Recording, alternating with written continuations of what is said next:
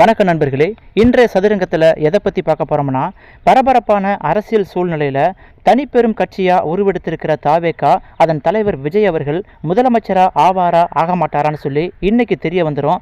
அப்போது என்னென்ன அரசியல் மாற்றங்கள் நிகழப்போகுது, என்னென்ன அரசியல் மாற்றங்கள் நிகழ்ந்தால் என்னென்ன மாதிரி விளைவுகள் ஏற்படும் அப்படிங்கிறத பற்றி இந்த பதிவில் பார்க்கலாம்.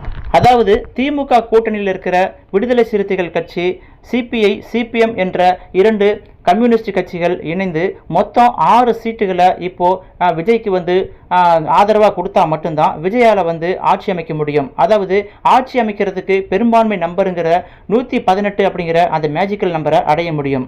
இதன் மூலமாக தான் விஜய் முதலமைச்சர் ஆவார். ஆனால் இன்ன வரைக்குமே விடுதலை சிறுத்தைகள் கட்சியும் சரி, கம்யூனிஸ்ட் கட்சிகளும் சரி, மதில் மேல் பூனையா ஆதரவு தரலாமா வேண்டாமா அப்படிங்கிற நிலைப்பாட்டில் தான் இன்னும் இருக்காங்க.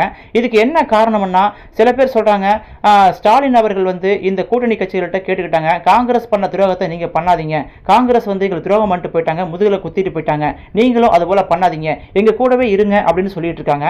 அதனால தான் இவங்க தயக்கம் காட்டுறதா சொல்லப்படுது. இன்னொரு பக்கம் திமுக, அதிமுக என்ற இரண்டு கட்சிகளும் இரண்டு கூட்டணிகளும் இணைந்து தாவேகா என்ற கட்சியை பின்னுக்கு தள்ளி நாம ஆட்சி அமைக்கலாம், அதாவது எடப்பாடி பழனிசாமி அவர்களோ இல்ல உதயநிதி ஸ்டாலின் அவர்களோ முதலமைச்சர் ஆகலாம் அப்படிங்கிற மாதிரி ஒரு பக்கம் கணக்கு போட்டு வராங்க. உண்மையாலுமே இது எந்த அளவுக்கு கை கொடுக்கும் அப்படிங்கிறது யாராலையும் யூகிக்க முடியல. ஏன்னா இப்ப திமுக தொண்டர்களும் சரி, அதிமுக தொண்டர்களும் சரி, ஒருத்தர் சப்போர்ட் பண்றாங்க.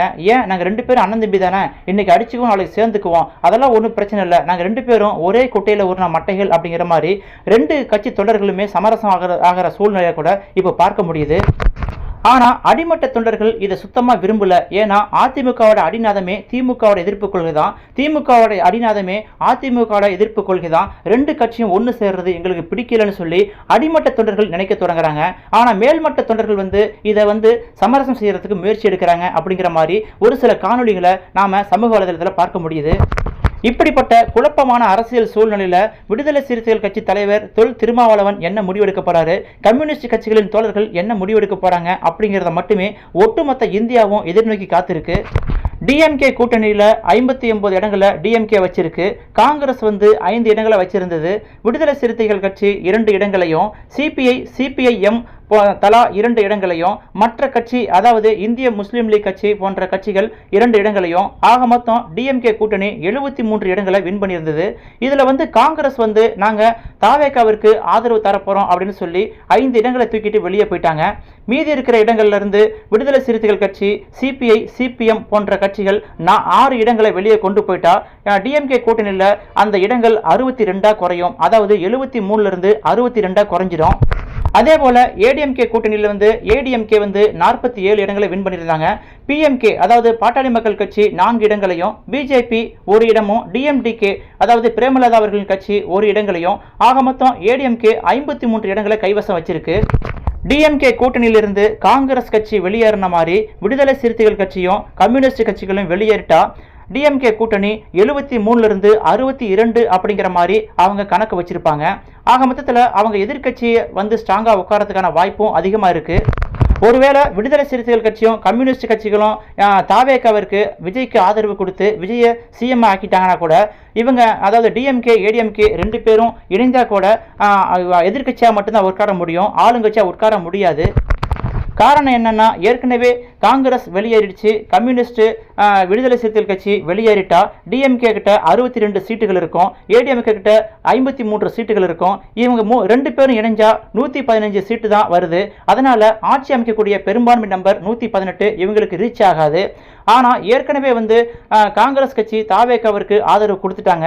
இப்போ கம்யூனிஸ்ட் கட்சிகளும் விடுதலை சிறுத்தைகள் கட்சியும் ஆதரவு கொடுத்துட்டாங்கன்னா தாவேகா பக்கம் 119 இடங்கள் இருக்கும். ஆக மொத்தத்தில் தாவேகா தான் ஹைலைட்ல இருக்கிறதால தாவேகா மட்டும்தான் ஆட்சி அமைக்கும் அப்படிங்கிற சூழ்நிலை நிலவிக்கிட்டு இருக்கு. இப்போ என்ன ஹைலைட்டான விஷயம்னா, ஒரு 2-3 நாளா ஒரு விஷயம் ஒட்டுமொத்த தமிழக மக்களையும் ஆச்சரியப்படுத்தியிருக்கு, அதே டைம்ல அதிர்ச்சிக்குள்ளாயிருக்கு. அந்த விஷயம் என்னன்னா, டிஎம்கே, ஏடிஎம்கே 2 இணைந்து ஆட்சியை பிடிக்க போகுது, அவங்க 2 பேரும் கூட்டணி வைக்க போறாங்க அப்படிங்கிற விஷயம் தான் சோசியல் மீடியால காட்டு தீ போல பரவிக்கிட்டு இருக்கு. இவங்க எல்லாரும் சொல்ற மாதிரி திமுக, அதிமுக 2 கட்சிகளும் இணைஞ்சு கூட்டணி வச்சு ஆட்சியை பிடிக்கும் அப்படின்னு சொன்னா கூட விடுதலை சிறுத்தைகள் கட்சியும் கம்யூனிஸ்ட் கட்சிகளும் இருக்கிற இடத்தை பொறுத்து தான் மாறும். கண்டிப்பா கம்யூனிஸ்ட் கட்சிகளும் விடுதலை சிறுத்தைகள் கட்சியும் டிஎம்கே விட்டு வெளியேறி டிவிகே கிட்ட சப்போர்ட் பண்ணாங்கன்னா கண்டிப்பாக அதிமுக திமுக 2 கூட்டணி இணைஞ்சா கூட அவங்களால ஆட்சி பிடிக்க முடியாது. ஆக மொத்தத்தில் இப்போதைக்கு தமிழகத்தில் யார் ஆட்சி அமைக்க போறா அப்படிங்கிற அந்த துருப்புச்சீட்டு விடுதலை சிறுத்தைகள் கட்சி கையிலையும் கம்யூனிஸ்ட் கட்சி கையிலும் தான் இருக்கு. ஆக மொத்தத்தில் அவங்க எங்கே இருக்காங்களோ அந்த கூட்டணி மட்டும்தான் வின் பெற்று ஆட்சியை பிடிக்கும் அப்படிங்கிற சூழ்நிலை இருக்கு. எது எப்படி இருந்தாலும் இன்னைக்கு இன்னும் 2-3 மணி நேரத்தில் யார் தமிழகத்தின் அடுத்த முதலமைச்சர், விஜய் முதலமைச்சர் ஆவாரா, இல்லை சோஷியல் மீடியாவில் ஒரு விஷயம் காட்டுத்தீ போல பரவுது இல்லையா, திமுக அதிமுக 2 கூட்டணியும் இணைந்து ஆட்சியை பிடிக்க போகுதுன்னு சொல்லி, அந்த விஷயம் நிஜமாக போதான்னு சொல்லி இன்னும் ஒரு சில மணி நேரத்தில் தெரிய வந்துடும். இதில் நம்முடைய பார்வை என்னன்னா, கண்டிப்பாக ஸ்டாலின் அவர்களும் எடப்பாடி பழனிசாமி அவர்களும் இதை எப்படி ஒத்துக்கிட்டாங்க, அதாவது ஏற்கனவே பழனிசாமி அவர்களை எடப்பாடி பழனிசாமி அவர்களை திமுகவோட அடிமட்ட தொண்டனிலிருந்து காலில் விழுந்து தான் ஆட்சியை பிடிச்சாரு அப்படின்னு சொல்லி ரொம்ப கேவலமாக பேசியிருக்காங்க. அதே போல் அதிமுக காரங்களும் வந்து திமுக காரங்களை பயங்கரமாக பேசியிருக்காங்க. திமுக வந்து பாலியல் குற்றவாளிகள் நிறைந்த ஆட்சி, அவங்க வந்து போதை கலாச்சாரம் நிறைந்த ஆட்சின்னு சொல்லி மிக பயங்கரமான குற்றச்சாட்டுகளை பரஸ்பரம் வச்சுட்டு இப்போ பதவிக்காக எப்படி ஒன்று சேர போறாங்க அப்படிங்கிறது யாருக்குமே புரியாத புதிரா இருக்கு. அரசியல்ல இப்படிலாம் நிகழுமா, அரசியல்ங்கிறது ஒரு சாக்கடை, அந்த சாக்கடைன்னு சொல்லிட்டு இருப்பாங்களே அது இதுதானா அப்படிங்கிற மாதிரி ஒரு சில மக்கள் நம்ம காதுபட சொல்லவும் கேள்விப்படுறோம். ஏற்கனவே பிஜேபி தமிழகத்தில் கால் வென்ற விடமாட்டேன், பிஜேபிக்கு எதிரான நிலைப்பாட்டில் திமுக எப்பவும் உறுதியாக இருக்கும்னு சொல்லிட்டு இப்போ ஸ்டாலின் அவர்கள் எப்படி பிஜேபி அங்கம் வகித்திருக்கிற அதிமுக கூட்டணி வைக்க போறாரு, இப்போ மட்டும் பிஜேபி வந்து மதவாத கட்சி இல்லையா அப்படிங்கிற மாதிரியும் ஒரு சில மக்கள் டீ ஷாப் முதற்கொண்டு மார்க்கெட் முதற்கொண்டு பேசுறத நம்ம காதுபாட கேட்டிருக்கோம். ஆக மொத்தத்தில் அரசியல் களத்தில் எது வேண்டாலும் எப்போ வேணாலும் நிகழும், அது யாருக்கும் ஒரு புரியாத புதிராக இருக்கும் அப்படிங்கிறது இந்த 2026 தேர்தல் வந்து நமக்கு உணர்த்தியிருக்கு.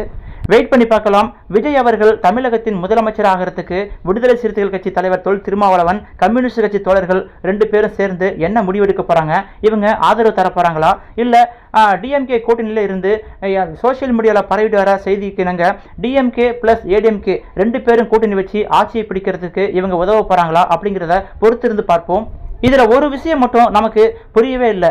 ஏன்னா பிஜேபி எதிர்ப்பு நிலைப்பாடை கடைபிடிச்சவங்க தான் டிஎம்கே கூட்டணியில் இருந்த அத்தனை பேரும், விடுதலை சிறுத்தைகள் கட்சி இருந்தாலும் சரி, சிபிஐ சிபிஎம் போன்ற கம்யூனிஸ்ட் கட்சிகளாக இருந்தாலும் சரி, பிஜேபி தமிழகத்தில் கால் ஊன்றக்கூடாது, நாங்கள் விட மாட்டோம், இது கொள்கை ரீதியான கூட்டணின்னு சொல்லி தான் டிஎம்கே கூட்டணியில் இருந்தாங்க.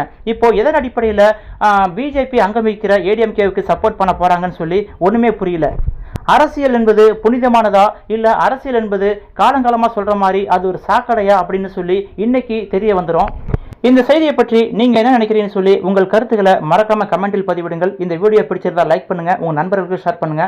மீண்டும் அடுத்தடுத்த வீடியோவில் தொடர்ந்து மீட் பண்ணலாம். நீங்கள் நம்ம சேனலுக்கு புதியவராக இருந்தால் மறக்காம நம்ம சேனலை சப்ஸ்கிரைப் பண்ணிக்கொண்டு நமக்கு ஆதரவு தாருங்கள். தேங்க்யூ ஃபார் வாட்சிங்.